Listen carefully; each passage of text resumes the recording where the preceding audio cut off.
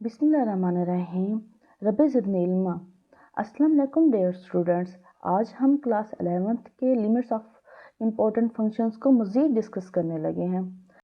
अब देखें, आज हम करते हैं लिमिट एट इन्फिनिटी। इसके नाम से भी ज़ाहिर है कि लिमिट्स अनडिफाइंड वैल्यूज़ की लिमिट लेना। इन्फिनिटी का मतलब होता है undefined value. Extends to positive infinity and extends to minus infinity. पहले हम जो लिमिट को डिस्कस करते थे किसी नंबर की तरफ लिमिट अप्रोच कर रही होती थी। जैसे अब यहाँ पे x tends to 1, x tends to 3, अब यहाँ पे x टेंस टू 0, ये कोई ख़ास नंबर है उसकी तरफ अप्रोच कर रहे होते थे। लेकिन अब हम जो स्टडी करेंगे, x अप्रोच कर रहा है पॉजिटिव इन्फिनिटी को और हमारे पास x अप्रोच कर रहा है माइनस इन्फिनिटी को। अब हम इसके बारे में स्टडी करेंगे, इसको डिस्कस करेंगे। सबसे पहले हम लिमिट लेते हैं x टेंस टू इन्फिनिटी।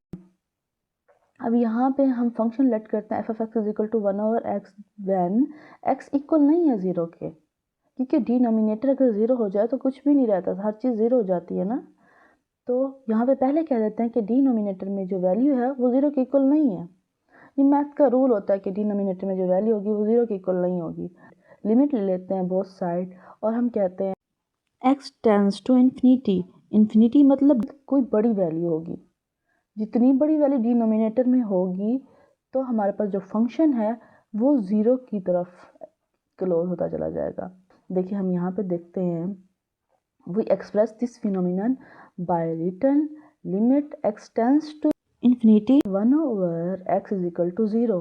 अब देखें यहाँ पे हमारे पास x है, ठीक है ना। अब यहाँ कोई बड़ी वैल्यू पुट करते हैं।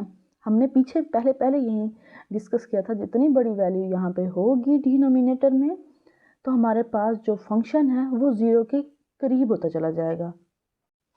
जिस तरह से हमने पीछे स्टडी किया है कि limit x tends to positive infinity, इसी तरीके से यहाँ पे भी सेम इसको ऐसे ही करना है। Limit x tends to minus infinity का भी सेम यही प्रोसेस है। तो इसके थोड़े से थ्योरम्स हैं, ये भी बिल्कुल सिंपल से हैं, ये इजीली समझ आ जाएंगे। फिर अब हम नेक्स्ट स्टार्ट करते हैं। अब हम यहाँ पे पढ़ते हैं लिमिट ऑफ ए सीक्वेंस। ये डिफाइन पेपर्स में आ सकती है कि आप डेफिनेशन लिखें लिमिट ऑफ ए सीक्वेंस की। हम लेट करते हैं ये एक सीक्वेंस है, लिमिट ऑफ ए सीक्वेंस। अब ये ब्रैकेट्स हैं, ये सीक्वेंस को ज़ाहिर कर रहे हैं। एक ही n is the value l। हम कहते हैं जब हम इसका लिमिट लेते हैं तो इसकी जो वैल्यू है वो l के इक्वल आती है। l कोई नंबर हो सकता है, एक पॉइंट हो सकता है। That the term of the sequence approach as n tends to infinity, that is अब हमारे पास लिमिट है x tends to infinity, एक ही n is equal to l। यही सारी डिस्कशन ऊपर हो रही है। l आपके पास कोई एक पॉइंट होता है। If such an l exists, the sequence is said to be converged to l, क्योंकि l एक पॉइंट है।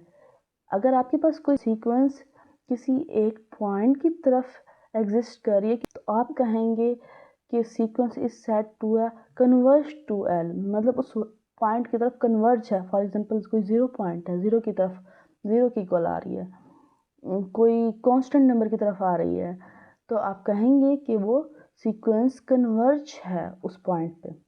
अगर एल एग्जिस्ट करेगा तो सीक्वेंस कन्वर्ज होगी, और अगर एल एग्जिस्ट नहीं करता तो sequence is said to diverge. Diverge को स्टडी करते हैं कि डाइवर्ज क्या है, इसको हम मजीद समझेंगे। For example consider a sequence, हम ये वाली एक सीक्वेंस ले लेते हैं। अब यहाँ पे x टेंस टू इन्फिनिटी, जितना n बढ़ता चला जाएगा जो 1/n है वो 0 की तरफ जा रही है। 0 एक पॉइंट है ना, तो आपके पास ये कन्वर्ज है।